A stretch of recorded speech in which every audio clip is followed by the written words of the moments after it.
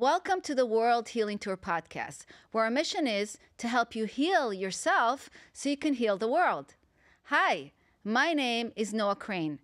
Each week, we will bring you tips and tools and inspire you to live your most empowered and joyful life. I'm also the founder of the 3G Effect Mindset, a daily practice to keep you heart-centered in everything you do by taking 3 important actions daily. Number 1, having a grateful heart and connecting to your gratitude every day. When you're connected to your gratitude and a grateful heart, you're connected to positive emotions and positive feelings, and therefore drawing more of those positive people, things that you want into your life. So every day, make sure that your gratitude, that you have a grateful heart. Also, when you're grateful, you get to have an abundant mindset. You're not focusing anymore on your obstacles. We all have obstacles, but you're focusing rather on your opportunities, because every obstacle is an opportunity for you to grow and become the amazing person that you want to be. Number 2, to learn to ground in love and compassion. First, be grounded in love and compassion for yourself, because nothing can happen if you're not grounded in yourself. Once you're grounded in yourself, it's also time to share that love and compassion with others. We all want more love and compassion, so why aren't we giving it freely to everyone? When you're in a place of love and compassion, you're in a place of self-love, in a place of forgiveness, in a place of acceptance. And when you're able to do those things for yourself, it's much easier to do those things for others. So the more love and compassion we want, the more we have to do that self-work within ourselves. And so what I believe is every day, send out hearts to everybody, send out love to people. No words necessary, even just send out, what I do is I send out a heart emoji. I really believe the world is round, as we know, and energy moves in a round direction, in a round circle. So whatever you put out will come back to you tenfold. So keep putting out every day that love that you want and compassion that you want in your own life. And number 3, know that you are guided by God. God, universe, higher power, whatever you call it, is always here to guide you. You just have to learn to be a good listener, okay? That when you're hitting walls and you're bumping into things and things are not going your way and you have rejection coming your way, just know it's here to guide you. It's here to help you. It's not supposed to be your path. So we have to become super good listeners to be able to be guided by God. Pray to God. Ask God daily for protection to help you on the journey. Thank God for everything that you have in your life, all your gifts, all your miracles. God will send you things into your life in a way of messages and some people, messengers or signs that are there only for you to help guide you on your journey. By leaving the 3G mindset, I've totally transformed my life. And I see every day as an opportunity. And I see all the miracles that are all around me daily. And you can too, just by living that mindset every single day and pouring into yourself. Because by doing those 3 things, you're pouring into yourself and into your life. So therefore, you can pour more into the outside world. When you heal yourself, you can truly heal the world. And that's what it's time now. We all need healing. We all need to make this world a better place, and we can do it together. I'm here to bring you value every week, to bring you great people that can pour into your life and help you see how truly amazing you are, just by listening and growing yourself, because that's what we're here to do. We're here to grow and become. Today, I have an amazing guest that I'm very excited to share with you, and I cannot wait for this interview. His name is Brian Meganese. He's an entrepreneur, a former estate planner, attorney. Brian is currently the president of Flex Legal, a full-service legal staff and recruiting provider worldwide. Author of the book, Faith and Focus, or Faith with Focus, I apologize, How to Live Your Life with Passion and Rule with Reason. Brian, welcome to the World Healing Tour podcast. It's so great to have you here today. Well, Noah, thank you so much. I'm so excited to be here. You talked about the 3 Gs. I try and live that myself. Didn't capture those words the same way, but the feeling and the energy is the same. And one of them is gratefulness. So I'm so grateful to be here. I'm so excited. You have such great energy about you, and just the opportunity to sit down and speak to you about things that lots of people don't even get a chance to talk, but are dwelling within them is a real opportunity and a privilege. So thank you for having me. Oh, this is so great. And I know we think so much alike. So it's such an honor to bring somebody that can pour into people and really share so much. I want to start with your book, Faith with Focus. What a great title. And I know it took you a long time to write your book. You were kind of sitting on it for a while. Why do you think we wait so long before we're ready to really share ourselves with the world? Well, that's a great question, right? So I guess procrastination is part of the human condition. I guess in my case, it was just something that I always kind of had there in the back of my mind. Just like, someday I'm going to write a book. Someday I'm going to write a book. Didn't even know what I'd write a book about. And I don't know exactly how it dawned on me, but at one point I said, if I'm ever going to write a book, guess what? You actually have to sit down and start writing a book. So I just started putting some pieces of paper together, just writing down ideas.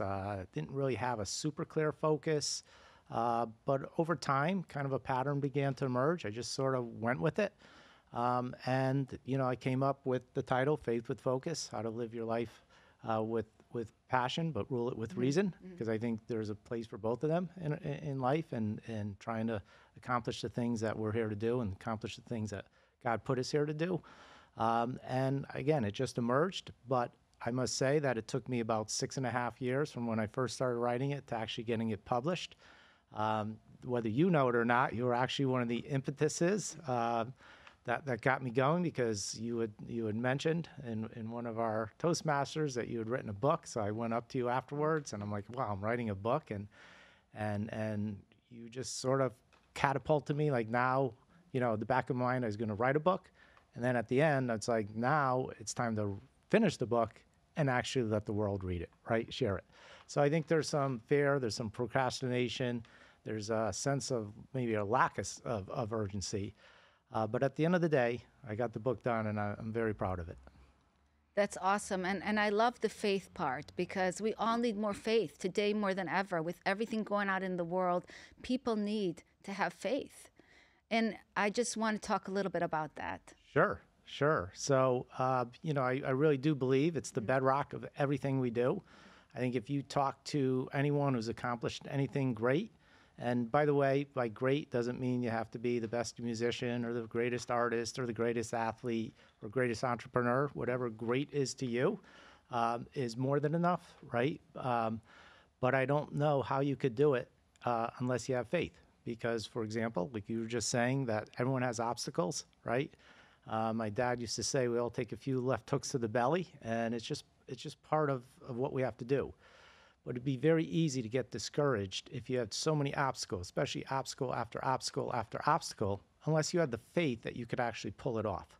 So the faith for me is, and we can all define it differently, but to me, it's inner faith, that at the end of the day, you're teaming up not just with yourself, but with, I personally call God, but I totally agree with you. Let's not get caught up on labels. For me, it's God. But whatever that universal consciousness or being is, you're here for a reason, and you have to have faith that you can carry out what it is that you truly want. And that, to me, is real empowerment. Yeah, I love that. And why do you say faith with focus? So I think the other, so I used to go to, I still do, not as much anymore, but I used to go to lots of seminars, right? And I've been through everything from the motivational, the inspirational, the rah-rah, close your eyes, blink twice, and it'll appear, right? To very technical, right? Finance. Could be how to, legal staffing. How to, I do legal staffing, like how to be a good recruiter. Here, what are the tips and techniques? So to me, there's a place for both of it, right? So I think if you have that faith, right? Faith is the vision. Faith is the voice inside you. Faith is the energy that's going to carry you forward, but you need a good plan, right? And that's where, to me, kind of the focus, right? So the more laser focused you are, the more likely you are to get there. Like if LeBron James wanted to be a basketball player, a soccer player, he probably could have been any one of those, anything he wanted to do athletically, and it turns out even more than that. But he focused on basketball, and he became, arguably the greatest player of all time. So I think, like I said, you need the faith, but you need focus to carry out your faith. Right, because otherwise you might just give up, right? And giving up is not an option. We are not here to give up. We are here to continue the journey. And that brings me to another thing, that so many people, they fail and then it puts them in a place of fear. Why is it so important to have that spirituality? Because you're an estate attorney, and then you have this spiritual, amazing spiritual part of you. How has that served you in getting past, the fears and being able to do what you're doing? Well, one of the sayings and that I like to tell myself often, especially when I need it, is, let your faith be bigger than your fear, right? And so it's so easy to get knocked down in life. And I think a lot of times what happens is we let outside influences, outside voices, other people try and set expectations of us or limiting beliefs. And it's very important that, despite those obstacles, just to kind of stay true to yourself, your true colors, your true, what I, like to call them, your inner light. And then just kind of persevere, right? I mean, and by the way, a lot of life is trial and error, right? So as John Lennon said, life's what happens when you're making other plans. So you may start out on a course, we could use Thomas Edison, right? Took him 10,000 tries to before he invented the light bulb, and people said, "Oh, you failed 9,999." He said, "No, I just got 9,999 ways better before I actually made the light." So if you don't get so caught up in any one hiccup along the way and just keep to what you want to do and have the faith that you can get there, you can take those obstacles in stride, because we as humans tend to make everything way bigger in our mind than it actually is in reality, right? And just a real quick story. So my daughter, Lindsay, is so proud of her. She's just took her first law school exam. She's going to the University of Virginia School of Law. And, she's a very hard worker, very bright, and very driven. So she's very understandably, kind of freaking out about the first law school. And, I knew she studied hard, but, and I've been there, right? So it's very common. And I just said to her, Lindsay, like, your first law school exam is not going to define you, good or bad, by the way, right? Whether you get an A or a C, it's not going to define your entire legal career. So yes, put everything you've got into it, right? But at the end of the day, don't make it so big that it's everything. That's just the first step of the journey, not the final. So that's sort of my overall kind of, I guess, guiding post in life. Just kind of keep things in perspective, to see the forest from the trees, and then try and take things in stride. Yeah, it makes so much sense, because I feel like we put so much pressure on ourselves, and we think, like, just because something didn't go our way or didn't go a certain way, we get into that place of like, oh, we start building limited beliefs around that, whether we can do it, whether we can't do it. And I do, even when I come do my podcast, every time I think to myself, like, Noah, this is just another step in your journey to get to where you're going. Like, it's going to get better and it's going to get better, and everybody starts somewhere. And if you look at my first podcast, I literally sound so scared. It's really funny, especially in the introduction, right. But it doesn't matter. I was going to redo it and not have it, shown. And then I'm like, just leave it now, because it'll be cool to look back and to see how far you've come. Nothing is like life and death. And don't we make so many things like life and death? 100%. And, I'm with you 100%. And well, I don't know what your first podcast looked like, but you're doing pretty darn good as far as I'm concerned. Yeah. But yeah, I really do think we make things so much bigger in our mind. And I also really believe that a lot of that stems from just listening to too many outside voices, right? From the time we were young, and I'm not talking about people purposely putting people down, but just along the way, right? People start categorizing you, characterizing you, right? You're too this, you're not enough that, you'll never amount to this, you should be doing this, you shouldn't be doing that. And so all that can kind of get bundled up and cause confusion in your mind, which is why you just got to try and always stay true to that inner voice and inner belief, and that way it's so easy not to treat everything as life or death. Makes a lot of sense. And, it's those judgments too. I feel like, we judge others, but also we're afraid of other people judging us. And that's also a big thing that stifles us in our lives is we're afraid of judgment. And we can release that and not be afraid of how people see us because they're going to judge us no matter what. Like you can't stop people from judging you, you know? But we can just we need to keep shining our light. And that gets back to like what we talk a lot, you talk a lot about shining your light. So how can we get to shine our light brighter in the world? All right. Well, so I'm a big believer. It's the first chapter in my book. And it's called The Light. And I believe, in fact, not, I know just because it doesn't come from me, it comes from God, but we're all part of a radiant energy field. You mentioned energy. I mean, that's a scientific fact. There is energy, and energy never goes away. And to me, it's a radiant energy field, right? And everything that's ever been created in this world comes from energy. And to me, that's a light that can shine within you, right? And I think we all have it.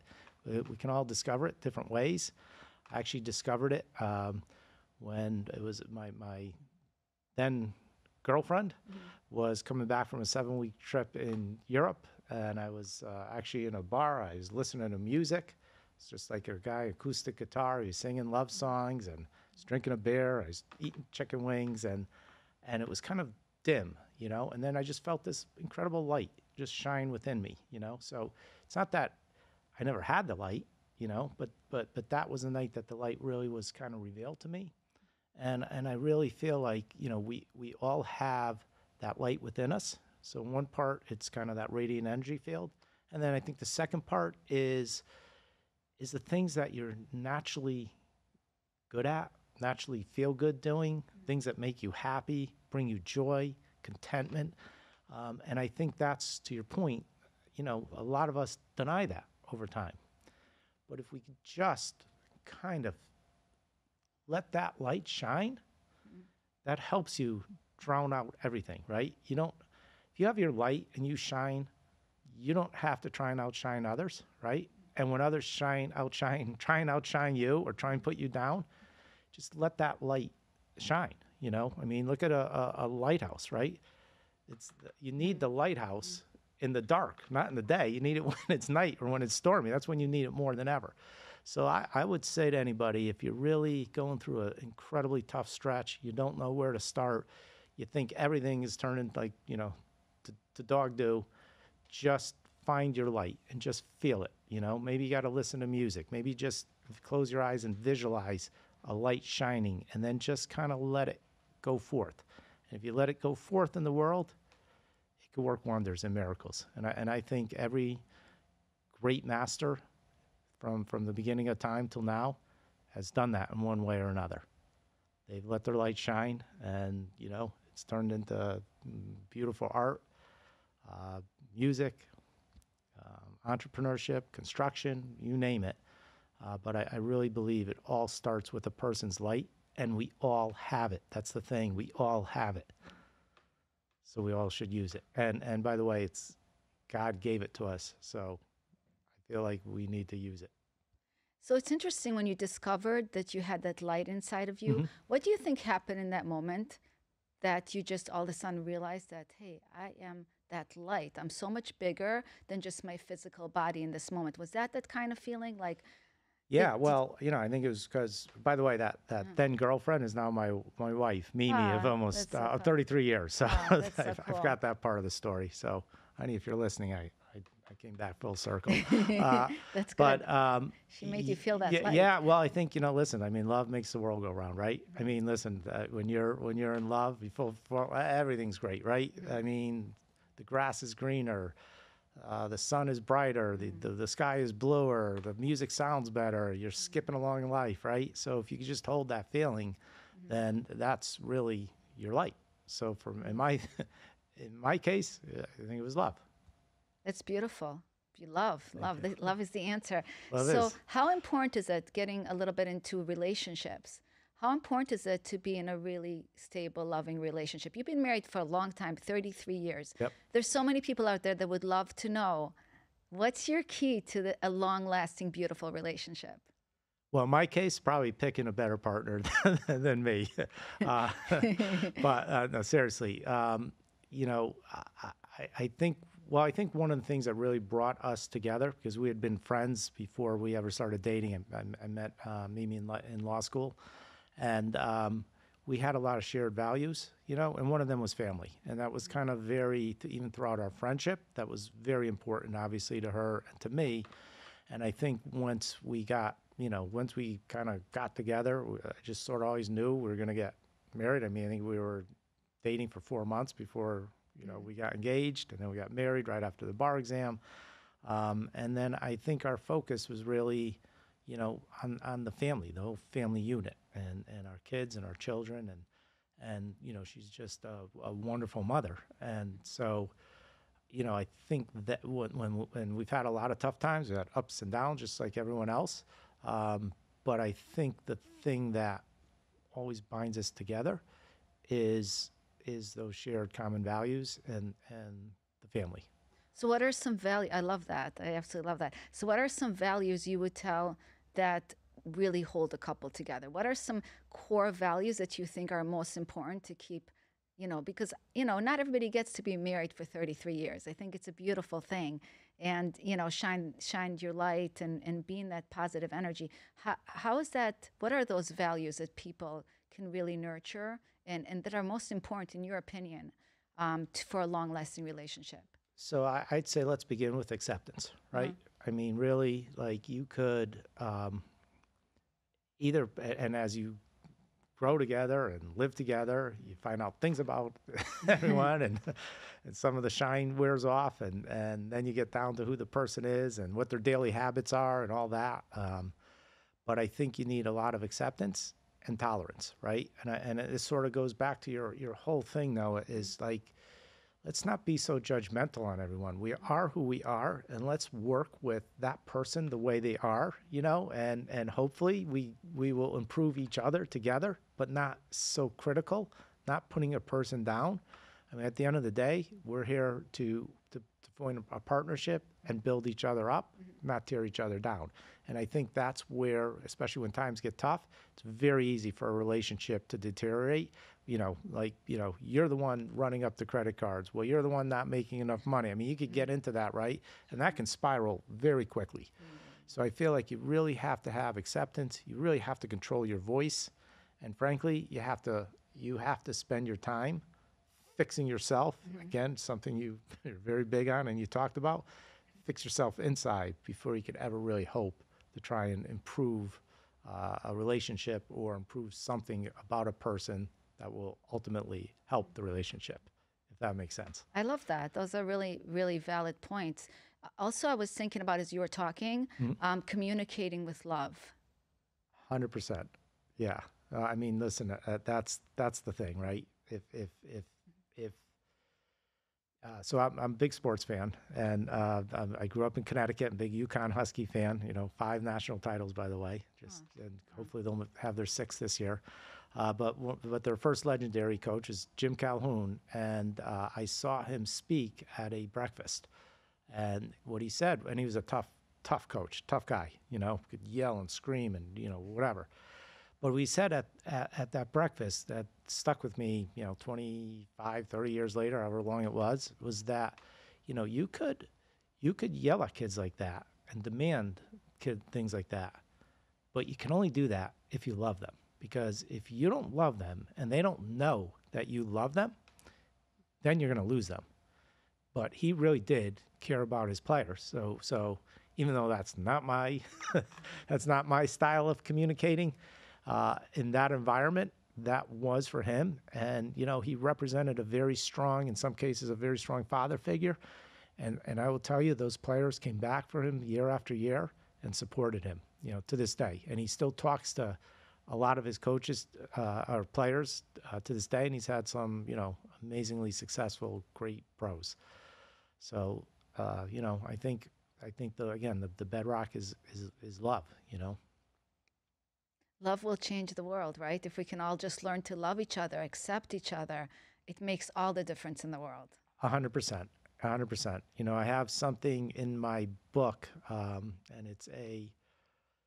It's like an Indian chief talking to a young Indian, and he said, there's every day in every person there's a battle. There's two wolves inside your head, and there's a battle, and the first wolf kind of represents good. It represents love and kindness and gratitude, and all the good positive things, right? And then the other one is bad, and that's the one that's hate. It's envy. It's jealousy. It's anger, right? All the bad things, right? And so the young Indian thought about it. He said, well, which one wins? And the chief said, the one that you feed wins. The wolf that you feed wins. So if we could just feed ourselves with all the good stuff, right? That is how ultimately we could change the world. One person, one inner voice at a time, because really it's our inside world is what's going to create our outside world. Yeah, and I love that story. I know that story. He says the one you feed the most, right? Yes, The wolf that you're going to feed the most is going to be the one that wins. And we do have that constant battle in our head, right? It's doing right from wrong, And when we make the right decisions, when we do the right things, I really believe that we also get better karma in our lives and things change for us for the better. I've really noticed that in my own life. I've noticed karma happening to me immediately when I made a decision that was not serving me, So it's amazing how the more integrity you have and the more, you hold yourself in a space of truth, the more even like the universe will let you know when you're not. Have you 100%. experienced any of that where, it's just really important to the karma? Like what's your thoughts about karma? Yeah, well, listen, I believe, we all do things that we regret. We've all had ups and downs, a lot of them are born out of negative energy. And I don't know that you could put, a price tag on this one good positive energy equals this one good outcome. I don't know that it works that way, but I know as a pattern or cumulative over time, staying positive, doing positive things for people, having positive thoughts, a positive vision. I mean, there's no doubt in my mind that ultimately wins the day, right? So yes, I do believe there's an element of karma. I don't know that's always, tit for tat, 100% reciprocal. And I don't even think that, you need to keep score per se, right? I think you just keep going out there. I do believe that it's an intentional decision, right? You have to become very intentional in life. Every day there's a reason to not like the world, to not like yourself. But there's also 1,000 reasons to love yourself and 1,000 reasons to be so grateful for everything that you actually have rather than worrying about what you don't have in life. And again, so it's a very intentional thing, but I think if you get intentional and you truly, truly, again, go back to the faith that if I'm intentional and I have these good thoughts, then good things are going to manifest in my life. Yeah, and it's really like I don't worry about other people's karma. I worry about my own karma. So Right. I don't walk in there thinking like, oh, this person did this, and so I want them to get a bad karma. I think about like, is what I'm doing in my life bringing good positive energy and good karma into my life? Because I've seen just like little things where I made a choice not to be truthful about something, where like I got immediate stuff that would happen, and I know I'm like, oops, okay, all right, I got it. I should have done the right thing, So I just notice myself. I study myself rather than studying other people with that. Yep, 100%. I mean, I see that for sure, and definitely, definitely. And I would say like, so one of the things just for me and why I'm, what I love about what I'm doing now with legal staffing is, we really have an opportunity to help somebody in their career. So we're helping a law firm or corporate legal department, right, get a hopefully a very valuable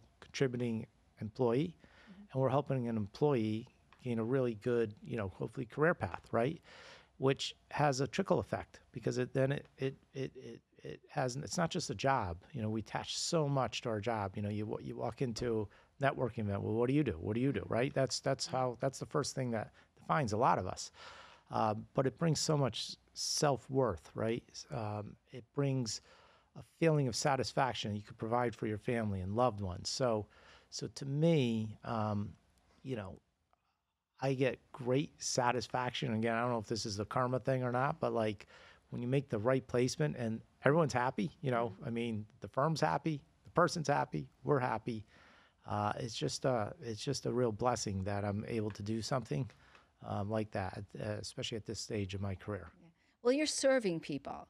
And so 100%. I think our job in this world is to serve. Like if we want to make money, if you're not making enough money, if you're not happy where you are, you're not serving enough people, right? So what you're doing with Flex Legal is you're serving people, you're helping people, you're helping put this person with this person, making their life easier. And so of course that's going to be, you're going to be more gratified in your own life when you're able to make these connections. So no matter what we do, what I realized in my own life is that we have to serve. We're here to serve. In order to make the world a better place, in order to heal yourself, you have to help others. That's what it's all about. And that's our responsibility more than ever, is to be able to help others when we're able to help ourselves. Uh, uh, you know, Preaching to the choir, 100%. And one of the things, Noah, that you do so well is you think big, right? I mean, listen, you're here to heal the world, like one person at a time, right? Heal yourself and heal. So you're thinking, you're executing small, but thinking big, and I would say to all entrepreneurs, just because I know I've struggled with this at times in my life, is like, are you really worthy to be like this big company or this that? Well, if you think big and you think, well, what's the real purpose? And the real purpose, as you said, is to serve people. Well, why wouldn't you want to serve thousands, right? I choose to serve thousands and thousands of people rather than one or two. Millions, exactly, right? It doesn't stop, right? Definitely. So I really, I feel like it's so easy to get caught up in that trap about, is my self-worth really going to be attached to, my net worth? No. But if you want to increase your net worth and you want to think big, focus, right? Serving people to the best of your ability. And the more you serve, then the better you'll do. And that's nothing wrong with that at all. Yeah, and I know we spoke about, very good point. We spoke about feeling worthy. We were saying, worthy is something that a lot of people deal with, not feeling worthy enough. And that's part of the reason why they're not reaching their full potential. Because deep inside, and I know that I've had that, you kind of feel like you don't deserve, or that, somebody else maybe deserves it more, or you can't make a difference. You're not big enough to make a difference. And, we limit ourselves so much with just our own self-talk. Like you said, instead of just going out there and every day and putting a smile on your face, and you talked about that, about just going into the world, putting a smile on your face, knowing that to stand in your power every day. That's something that I know you do, and I might want to hear what you have to say about that. Of course. Well, I really do believe, like, again, how do you make your light shine? Wow, is that a big concept? No, you could literally start by smiling at somebody, especially if you're feeling down, right? I've had times where, we're down, we always have a touch of the blues, and you smile at a person and they smile back. Guess what just happened? Now who starts to feel better too, right? So you're because there's nothing that should be going on in my world that should be trying to drag you down, right? Especially if you're walking across. Like, why should I be, rude to you or anything like that? So I do try and make it a practice to smile, and I have had situations where people have smiled at me, and it lifts me up. So I really believe that just with the simple act of smiling, it changes your own inner feelings, because if you smile, you got to kind of lift yourself up. And it can be a touchstone to help somebody else and maybe make their day, right? And it doesn't, so that's one person, right? So we talk about helping millions, but it's also okay to help one little person, because you don't know the ripple effect that could have on getting their day started to something positive, to helping another person, to helping another person. So yeah, I'm a big believer of that. As to the self-worth, I mean, again, I feel like, God put us on this earth. He made us all different, right? If we're all big part of the whole universal field, right? We all have a different role to play, right? And we're not all of us were put here to be LeBron James, right? But whether you are just, and something when I was practicing in estate planning, seeing people take care of their elderly parents, those are heroes in our society. And I feel like it's one of the most under appreciated roles that someone can fill. People don't know just how tough that is, so that if that's what your calling is and that's what you're good at, then yes, go with it, right? But I do think that, there's a lot of people, they want to be something, but, well-intentioned parents are telling them to be something else. Teachers are telling them, you're not smart enough for this, right? And so, again, if we could just get back to our own light, if we could just feel our true colors, and if we as humans, me and you, could stop judging so many other people because we don't know their path in life, and we just let it all flow out uninterrupted, it would be a universe that was set out exactly as God intended, But God gave us free choice. And so it's up to us, again, to get intentional and be true to yourself. I think Shakespeare said that, not me, by the way. Yeah, but and even if you're going to judge them in a positive light. Well, yes. Look at something beautiful about them. Everybody has something beautiful about them. Why do we have to look at the negative part of people or make up these delusions and stories in our head? We have no idea who people are. This person that you're just judging could change your life in the most positive, incredible way. But you've already judged them just by the way they look or the way they dress or the way that you've seen them act for 1 second in a moment that maybe they weren't their perfect self. And so it's just our own stories and our own limited ways of seeing ourselves, where we see others and we already prejudge who they are and what they're like and what their life is like. And sometimes maybe by looking down at people feel like, oh, my life is good, I feel good about myself. But really, in the big scheme of things, by judging others, I really believe with all my heart and soul is that we're bringing more of that gossip and chaos into our lives instead of bringing more of that peace and love that we want. Yeah, 100%. And I think one of the things that probably was instilled in me by my parents was kind of see the good in people. Oh, there's so much good in everybody. Even. Yes. People who are really, doing things that you and I would never agree with, right? There's some goodness there, right? Maybe they haven't been taught, maybe they're indoctrinated. I don't know, but just, I agree. Just try and give people the benefit of the doubt. And if somebody, a waitress is being rude to you, probably having a tough day and could have a lot more huger issues than you and I combined have, right? So I do believe just always kind of give people the benefit of the doubt and try and be positively judging them. We're all human beings, so I'm a work in progress. Everything we're talking about on the first say, work in progress. But I know generally speaking, I'm overall, I'd say I'm a net contributor towards most of the things we're talking. But again, always room for improvement. Absolutely. So we're all here doing our best, and that's what it's all about. It's to grow and become the person that you're meant to be. And you've transitioned in your life. Mm-hmm. Why is transitioning important in life? Why do you feel like, I don't think we're born to do the same thing our whole life. I think that we do keep transitioning through things, and our ideas, our passion can change, with time. Did you feel like that happened in your life? Like it's kind of been a journey where you're changing because you've changed from being, real estate lawyer into estate lawyer into other things. Do you just feel like that's part of your growth?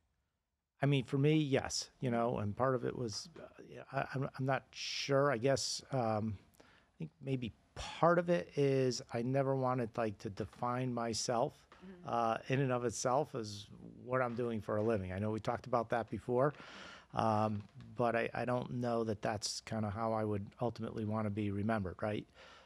So yeah, I've been, when I came out of law school, I worked for a big law firm up in Connecticut. Then I joined my dad's practice. We did, and when I worked at the big law firm, I represented mainly corporations and employment law matters. And then when I joined my dad, we did mainly plaintiffs, representing employees who might have been victims of wrongful termination or discrimination and so forth. And so what I really wanted to be was just a, great lawyer, great trial lawyer, conquer the world. And I got to a point where it was taking a lot out of me, and I was probably 35, 36 at the time. I'm like, if I keep doing this, I'm probably going to have a heart attack by 50. And it's, I poured everything I had into it. And some people are better at that. For me, it was a lot, and it was so much conflict, right? And I thought there's got to be a better way than just be banging heads. Like there's got to be, a more collaborative way. So that's when I moved to Florida, I started staffing, got into law. I did very well with the staffing, and then, the law, as my kids got older, I wanted to get in estate planning again, get out of the courtroom and litigation and the battles and all that. And then through, different circumstances and just an opportunity to get back into staffing, my kids are now, one of our youngest has come back. We were empty nesters. She graduated. Happy to have her back. But it's just a good time in my life to really do something that I really love, feel very blessed to be doing. Maria was my longtime paralegal, so she's now my partner in the business, and it's good to not have to do things all by yourself, right? So, I feel very blessed to have been able to do lots of different things. And by the way, you pick up so much knowledge and experience and wisdom along the way that everything I ever did in the past helps me in one way or another in what I'm doing today. Definitely. So taking inspired action, we talked about how important is it? So many people, they don't take the action. They don't take the inspired action. They're stuck in their heads and their thoughts. How important is that, do you think, to your success? Uh, it's important. I mean, I would say that I think every endeavor I've ever gotten into, I do pour my heart and soul into it. I really do, and I care about the people that I'm helping, I care about the employees. I care about the law firms, So, so each and every chapter of my book begins, I love music, so it begins with a song quote and it ends with a song quote. And there's lots of lyrics in there, but there's references to the Bible and scientific scholars, there's everything. But I have a chapter, inspired action, right? And if you could call work inspired action, then it's not really not work at all. And the line from Boston is, living on rock and roll music, never worried about the things we were missing, right? So that's it. They pouring it all. And there are times, and in every type of work, there's things that we like to do better than others to be successful. And of all people, Mike Tyson has a great quote. I don't know the exact quote, but it's basically, his definition of discipline is doing something that you hate to do and pretending you love to do it, right? Mm-hmm. And as long as you're working for your overall goal, right? If you know what your end in sight is, then you're willing to put the work in. You're willing to have that inspired action. But it begins with positive energy, right? I mean, you can't tiptoe into the day and expect to be successful, right? You gotta go in, balls on your feet, positive energy, and go rock it, and be present-minded. Wherever you are, be there. That's another great saying I've picked up at some seminar along the way, time management. Like if you're working, work. Don't be like thinking about what you're doing after work, right? And if you're doing something entertainment or recreational, then be there, be present there. Don't be like, should be at work. Like just be present wherever you are. So, I don't know, again, people who have done, most successful people, you look at the greatest athletes, they're also the hardest workers, and it's because they love what they're doing. Yeah, absolutely. I love that what you said about being present, because I think we live in a very distracted society, and it's very easy to get distracted. I mean, we're literally everything is here to distract us. And so being present is the present, right? Because when we're present, we're able to really fully feel our life, fully experience every moment, fully be immersed in every moment and appreciate and be in a place of gratitude even more when we're present. Yeah. So to me, that's been a huge thing, to be present. Yeah. I mean, if you think about it, right? I mean, what is anxiety, right? Anxiety is sort of like fear of the future, and it might be born by something that happened in the past. Oh my God, it's going to happen again, right? So that's like, but if you could just stay present minded, like no matter what's happening to you in your life, right this instance, you're where you are, I am where I am, and we're having this discussion. Right. That's it, right? And if we just stay there, right, you feel much more at ease, and that is when gratitude, right, like can flow into your heart and positive feelings, you know. But if you're worrying about the future, oh my God, that's where all the uncertainty, that's where all the fear starts creeping in, right? And if you think too much about the past, you know, that can screw you up too, right? I mean, feeling guilt, feeling, you know, Regret. shame, regret. That's a big one, right? That's a huge one. Anger, right? Yeah, you know, I mean, yeah, I know. I mean, you know, we all have some regrets, right? But I don't believe that that should define you for the rest of your life, you know. And I don't believe any one great achievement necessarily defines you for the rest of your life either, right? So again, staying present and just kind of letting it all flow. If we could just do that, I just think there'd be a lot more tolerance, a lot more harmony in the world. But again, there's so, and nowadays more than ever, I mean, the distractions so the distractions these kids have, and it's crazy. It's absolutely crazy, you know. And then a lot of it's designed to really manipulate young people's minds, you know. Yeah, and the choices, right? The choices that we make today, they really will affect our tomorrow. And I think that's the thing. I think people have to be more mindful about the choices they make because everything builds on each other and you can always change it. It's not like you're stuck, you know, you're not like forever like in jail for making a certain choice and it didn't work out. But it's like your choices have to be, they're so important. People take it too lightly and they don't realize like the choices really define who you are and where you go in life. So we have to be we kind of have to see ahead when we make a choice. Like, how is this going to bring me to where I'm going? I think that people make choices, especially when we're young. We make choices so easily without really thinking things through. I think, yeah, I mean, if you look at my life, most people's life, it really does come down to the quality of their choices, good and bad, you know? And so, yes, I think, you know, I was a Jesuit trained gentleman, and one of their sayings was make haste slowly. So like, you know, yes, you want to be on top of things, but you want to think things through. Again, it goes back to my faith with focus, right? Believe in the faith. I believe in all the spirituality, but I think it's okay to have some reason in your life there too. And then, you know, I would say one of the things I've just lately, it sounds so simple maybe, that I've really been telling myself is, you know, if you do this now, Brian, then your future self is going to thank you. You know, like it could be, I don't know, making the extra call, doing whatever the little thing is. If I do it now, my future self is going to thank myself because, wow, I did that. It was the right thing. And now I'm in a position to do this. So I definitely believe, using good judgment, and I have plenty of examples where I've used great judgment. I have plenty of examples where I use bad judgment. And back to your karma thing, usually there's a consequence, pro or con, either way, right? Yeah, definitely. It's all part of it. It's all part of the mix. But the worst place is to live in a place of regret, what we said before, because that causes a lot of pain and suffering. And really, I see people that they just keep talking over and over again about their past and about, oh, I shouldn't have married this person and this person because of them. My life's looking this way. It's kind of like that victim mentality. And I think regret can bring you to a place of a victim mentality. And we can't be powerful in our lives and really create what we want with a victim mentality, right? Cannot. You got to be a victor, not a victim, right? Yeah. And because at the end of the day, we're 100% responsible for what happens to us.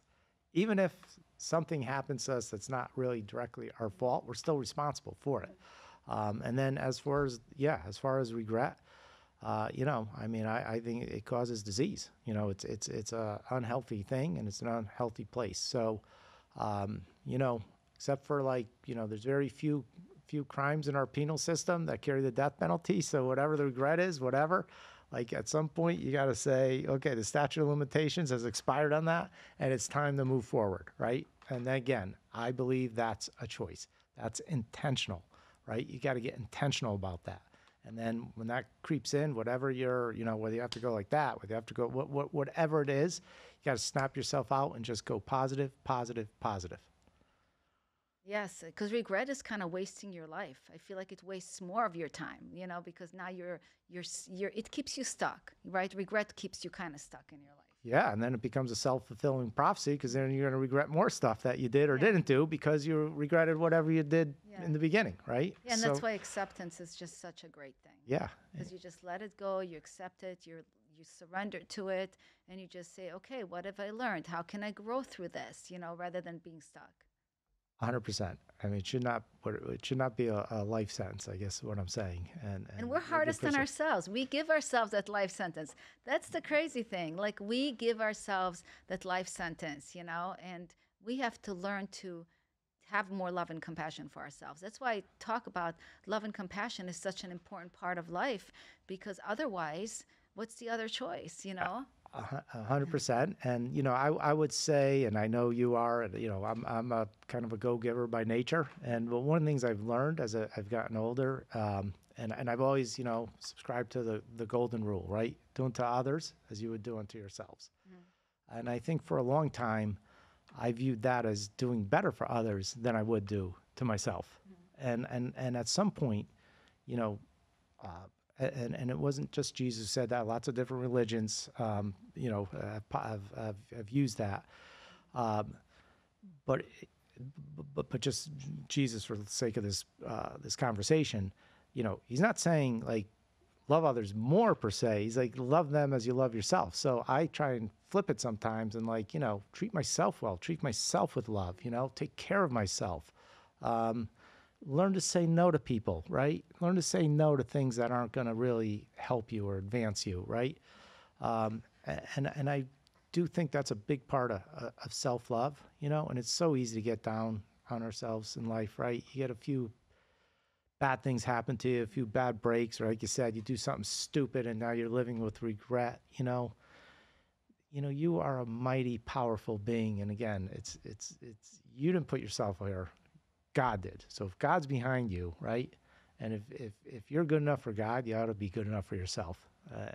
So, a powerful thing for people, stand in the mirror, whatever, whether you want to call them affirmations or incantations or declarations or whatever. But, just standing in front of the mirror and just saying, I love you. I love you, Brian. I accept you. I can do it. I'm bigger than this. Just whatever that negative thought is, there's always a flip side, and just switch it to no, positive. Not too old. I've tons of experience that younger people don't have, So if I don't know the answer to something, there's a lot of people out there who do know the answer. So there's always a way to flip whatever you think your inadequacies are and turn them into strengths. That's a great way of putting it. So how do you self-care? Do you have a morning routine or an evening routine that you follow that help you stay empowered through your day? Because I know routine, a lot of people use that to help them really stay on their path and stay grounded in themselves and their lives. Yes. So and I float in and out of different things. I exercise a lot. So that is definitely, for me, very, very powerful, empowering, mentally, physically, emotionally, spiritually.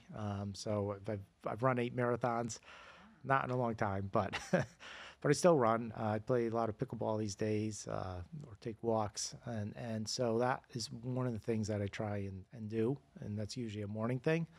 I try to do visualization. I'd say even at least 5 minutes a day. And visualization can take the form of anything from big victory or something, living in a mansion or living on A1A and whatever it is to, when I go to the party tonight, I'm not going to overeat, or, I'm going to have one drink and that's it. Or I'm going to say no. I'm going to have like visualizing the outcome that you want of something that's coming up through the day. So it could be big or small. Sometimes it's just trying mindfulness, just present, just letting it flow and just see what's there, not judging it, right? Talked about judging. Doing declarations, all kinds of declarations that weave in and out of my mind. Sometimes I have a routine. Sometimes I have them on my cell phone, and I'll look in the mirror and I'll say them. And then I listen to a lot of stuff still. And a lot of times at night, I put the headphones on and I fall asleep to listen to good positive stuff. That is so important, right? To keep feeding yourself those positive things. Do you do any meditation? So again, I would call it visualization. I mean, that's not true. I do guided meditations. So through my podcast, I'll do guided meditations and the breathing exercises, or whatever it is. There's all different types. And I find it definitely. I mean, listen, meditation's been around for thousands and thousands of years. So, and there's way too many people have been so successful. You can't tell me that there's not something to it. There obviously is. And because, again, we know that the mind, where the mind goes, the body will follow. And so it's super important and something I probably should be doing more of. Yeah, it's really, I've been doing meditation lately, and it's really made a big difference. And the way they put it, I've been doing TM meditation. Mm-hmm. The way they put it is that, you think of an ocean, and there's big waves in the ocean, right, coming up, big waves.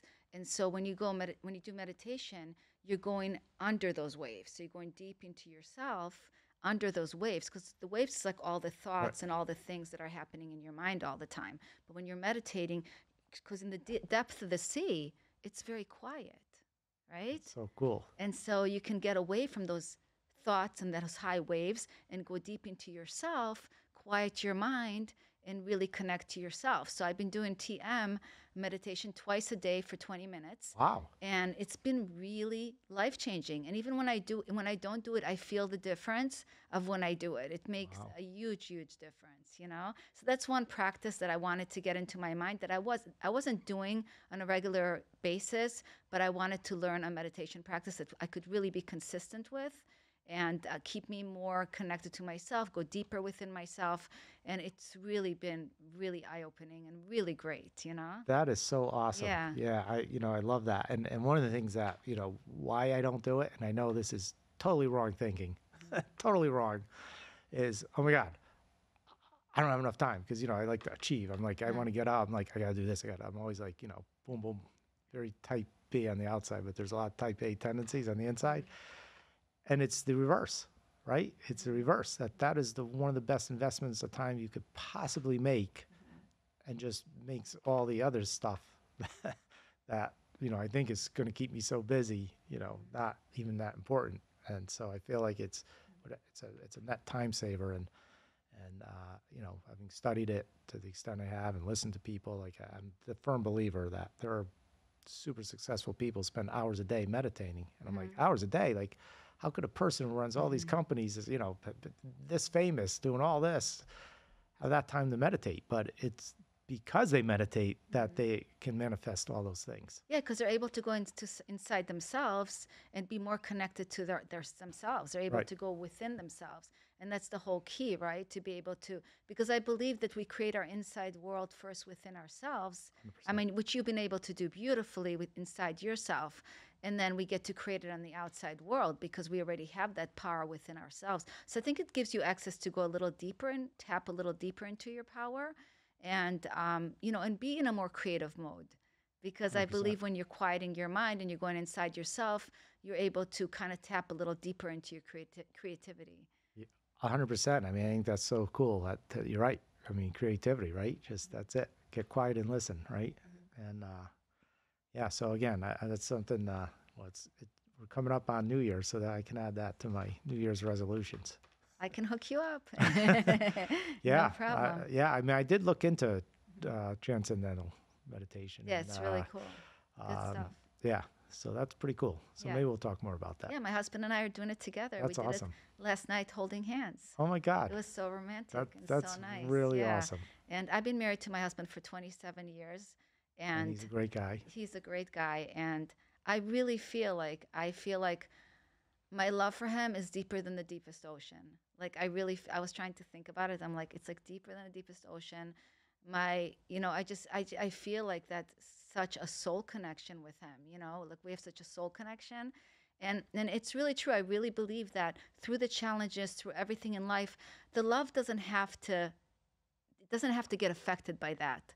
And I Great. think I think the reason that our love never got affected by external things was a lot because of the gratitude, a lot because of, the appreciation we had for one another. And also because my husband never brought his outside problems into our lives. So if he was going out to work and he was experiencing, negativity at the outside or dealing with certain patients or certain people, he wouldn't bring it home with him. So it was never like he came home in a bad mood, you know? So I think that that really helped in the relationship for us to really keep and nurture that fertilized ground within our own selves with each other, And I would say like our love and our passion is stronger today than it was when we got married. Like it never died. Like the candle's burning so bright, and I just think it's that constant work, right? We have to constantly work on our relationships, the most important people in our lives. And I think it's that gratitude and appreciation and learning to kind of shield it. We got to shield our relationships, don't you think? Yep. We got to shield them from the outside world. Like, even though things happen in the outside world, we have to figure out a way to come together and share in a way that doesn't affect the relationship. We have to like guard it, like really guard it. And You that's know, what I kind of get. Like it's our most important thing is to guard that relationship. no, I love listening to that. And, I was just what's going through my mind when you're saying that is like, wow, that's so cool. Like that's your power pack, right? The two of you, like that's the energy, right? That's having that together, right? It's exponential, right? It's not linear. It's not 1 + 1 is 2. It's 1 + 1 equals infinite, right? Yeah. And so that's the power pack that can go out into the world every day. And I think there's a beautiful thing about what you're saying before about, being in relationships and helping people. Your husband helped you not by telling you how to be, but by being how he was. And that's something that I'm sure you and your children had to have, it had to have rubbed off, and you had to, you can feed on that, right? My husband never told me how to be, ever, anything. Never had any expectations for me as a person. Do this, do that. Maybe he should have. No. But he was just a very relaxed person. He was just very accepting of who I was, you know. I'm probably more complicated, but he's just a very easygoing, and he's been my biggest teacher. I've learned so much how to be more relaxed, more happy, more fun, more, letting things go, not to take things so hard, because he lives that every day. He kind of like dances through life and lives in that positive mindset and positive energy. So I would say he's been probably my biggest teacher in a lot of ways. That Yeah. is just so beautiful. Yeah. And I would say like my wife's again, she never when we moved to Florida because her family lived here. She has one sister and her parents, and we were having kids, and she's like, I, I don't care what you do if we come to Florida. I just want to be in Florida. You can go flip burgers for all I care, and she really meant it. So that's why she's never tried to interfere with anything I've tried to do, professionally. And so it's been great, so That's awesome. beautiful. And it's that soul connection, it's that soul. It's beyond, so you know how we talk about the light? Yep. I believe like a relationship that's really based in that light, right? Has a soul connection to it. Like it's much more than physical. Like I tell my husband, my soul loves your soul so much. Like we have that soul bond, which is exterior to the physical bond. It's like, it's the soul bond. It's something so much deeper. It's that flow, like that flow of energy, that of water. I call it water. It's that flow of water that just like it's continuously pouring your love, pouring into that person, him pouring into you. It's this continuous flow that you don't let it dry. You don't let the river dry. You just continuously pour into each other, right? Yeah, I think that's beautiful, Noah. And I would say that, whatever's going on in our lives, I do feel like a soul connection, with my wife. And I feel we've always had that. Like I said, once we were friends, but, once we started dating and that friendship, kind of served as a strong foundation. And then, um, you know, uh, and I've been very fortunate that way, you know. And again, raising our family with, you know, the same values, and you know, it's been terrific, you know. Yeah, I So love that. I love that you've been married for 33 years. I think it shows a lot about the stability that you guys have and how you guys have really nurtured that seed and mhm, grew that beautiful family yeah, because, you know, that takes a lot of effort and a lot of work and a lot of care. And we can all do better, right? We can all do better.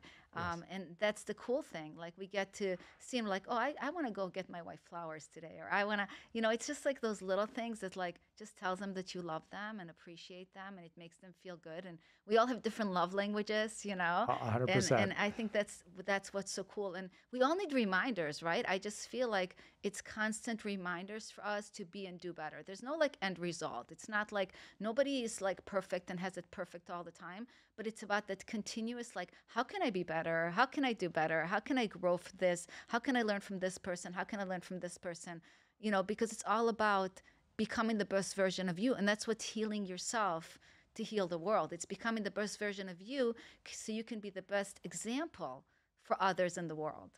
Oh, well, I love that. I mean, that's just beautiful. I mean, you know, if only we could all do that, right? And again, that's the way you say it, the way I say it. You know, I just feel like we all have so much, right? And so much of us, and that goes back to the faith, right? Yeah, show your book a second, Okay, Brian. here's my book, Faith with Focus. Yeah, it's a great book. Yeah, well, again, I'm proud of it. That's actually my son Austin in Joshua Tree, I believe, overlooking mountain. Nice. And you know, but the faith, because it takes courage, right? It takes courage to be yourself, right? It takes courage to do something that you know is right, that's not easy to do, or is not the easy choice, you know, or to cut corners, or to, like you said, do something, you know, not quite right. Like, no, if you have faith and you're willing to let that faith spill into the courage to do things according to your natural inclinations, that's what's going to serve the world. That's what's going to uplift others. And ultimately, that's really is the self-empowerment and the healing, and just self-satisfaction, right? Just contentment with yourself, right? And isn't that really kind of what it's all about at the end of the day? Because we could all get there. We could all get there in our own unique ways, you know. And what I think is cool, there's a zillion different ways to get there. Um, but we as humans, it's up to us to do it. And it's also up to us to encourage people to bring out the best in them, to see the best in them, and give them the space to be who they truly want to be. So it's kind of double-edged, right? It's doing it for ourselves, and then hopefully we as humans supporting each other to let their own true light and their true colors shine. And they're watching us. They are watching us every moment. They are watching us. And when you said about courage, I think courage is something we didn't talk about so much, but it's such an important part of life. And we have to have courage. And when I think about courage, I think about people that go against the grain. Like, it's not what's popular, it's not what everybody says is the way to go, but it's kind of learning to walk to your own beat, to study the truth, to know what your truth is, and to stand up for it, and to set boundaries around that, you know, and to never give up. I mean, courage is a huge thing in life, and we have to be courageous to be able to continue going no matter what the challenges are, because that gets us to the next level of ourselves. That's right. I mean, that's where the strength comes, right? It's from the failure sometimes, or the willingness to take that next step. You know, that's a scary step, right? It could be a half a step, it could be a big step, right? But it's a step that has to be taken to get to the next level. And if you don't take that step, well, you want to talk about living with real regret.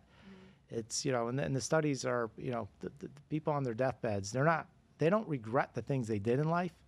They're regretting the things they didn't do in life. And a lot of that is they just don't have the courage to do some of the things that they'd love to do, right? So, you know, and again, it's not an easy thing. And I believe everything we're talking about, I believe it ebbs and flows, right, in all of us. Sometimes we have tremendous courage in some areas of our life, or tremendous courage in something, and then sometimes you lose that courage for a while. So it's again a constant intentional decision to be courageous, and to do stuff with energy and passion, right? You can't like be in an athletic event and kind of like, you can't play football kind of like, oh, like this. No, you got to be, like plugged in to be successful. And that's life. That's something in my book is live on the balls of your feet, right? Keep your chin up, balls on your feet, and that gives you a lot of energy. And rather than being on your heels or being on your tiptoes, whatever you're doing, I mean, go for it. If you're going to give a Toastmaster speech, go for it. Let it all hang out, right? Don't like be timid about it. I love that. Absolutely. So this has been such a great conversation, Brian. So how can people connect with you? How can they find you if they want to connect further with you? Well, would love to. The easiest probably my email is Brian. That's BRIAN at flexlegalstaffing.com. Flex is flex legalstaffing.com. Brian at flexlegalstaffing.com. Number's 561-414-0397.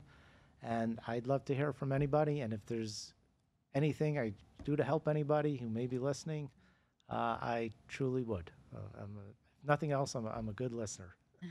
Definitely are. Well, was such a great conversation. I so enjoyed it. Thank you so much for being my guest today. I so appreciate it. I am so appreciated and grateful, Noah, that you had me, and this is awesome and fun. Thank you so much. God bless. Well, I want to thank you all for being here with us today.